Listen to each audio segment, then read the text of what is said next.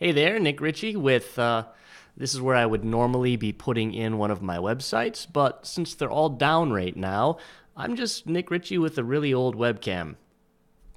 Nice to see you. All right, so the video that I'm making today is just, I thought to make a quick video to share my 7-step crisis solving system with you. So the next time you have a crisis, you can stay positive, productive, and very caffeinated. All right, so let's just get right into it. The first step is don't freak out. You got a problem, freaking out doesn't help anything, right? So and you have a really good reason not to freak out because number two, you have coffee. You can make coffee, whether it's espresso, a latte, whatever. You can go down to a coffee shop if you don't have a coffee maker at home. But you got coffee. The world's all right. All is fine with the world. Make sure to go on to Facebook. That's the third thing. Go on to Facebook after you have your coffee, and that way, if you haven't watched South Park for a couple years, you can get very distracted and start watching South Park while all of your websites are down, and you're, not freaking out because that's a good thing to do. Check Facebook.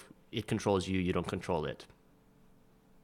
All right. After that, make a plan because you don't want to be distracted by things when you have a crisis. So make sure that you make a plan after checking Facebook because you wouldn't want, things to get out of hand. And then, of course, you want to get started. But you don't just get started. You have to break things down into smaller pieces and make sure you have a good plan, prioritize all that stuff. Spend a whole bunch of time not working on the problem. Just make that plan so that when you actually do something, it's going to be pretty awesome. And, you get into it.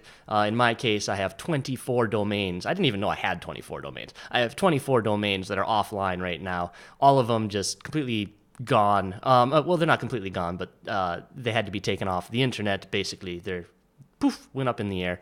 And that's so that, my host doesn't get blacklisted, which is a good thing for them, and it's probably a good thing for me in SEO rankings and all that stuff in the future. But main thing is, get started.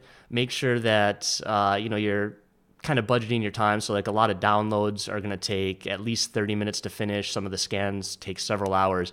And so once you get all that stuff running, that's a really good time for your power to go out. Do I have that as a bullet here? Yeah.